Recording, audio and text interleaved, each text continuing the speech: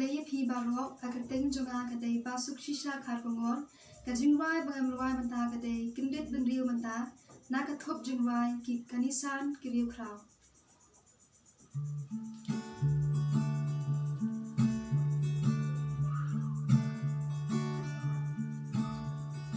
nadu mindang kin thong kasi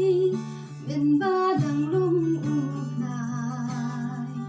hasla per thai kin diang yo I jing suk ka shlei ker hai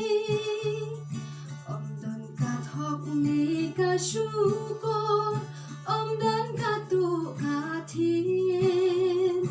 la duk la sum hop la nhau ko jing shi sha ka long sim kat ba dang mi ki si ki po kat ba per thai nang shai long rim ka hok kas nang sa to jing shi sha ka ring swai priu us dang klet you nong thao ai sho om sa lia ha jing sa rong u nang sao krao jing sao pa ben der nya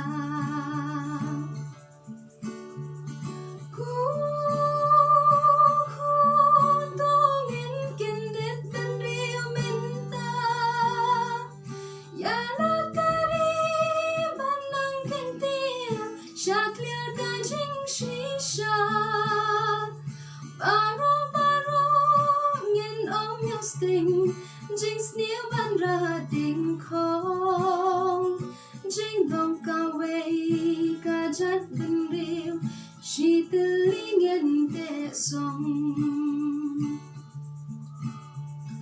la wei per nai baro mi ya amnu klem da siêu thu ya ka ten rai shu ya ten neng bên mây long ria ba sum kin ma yo trai nong thao tang hang ta ken ka sot ti jo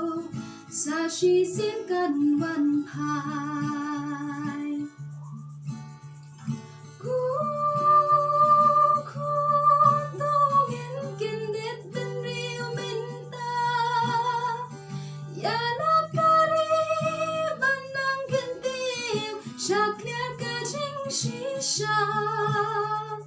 Baro ngin om yung sting Jing sneal ban ra ding khong Jing long ka wei ka jat ben riu Shi tư li ngin te song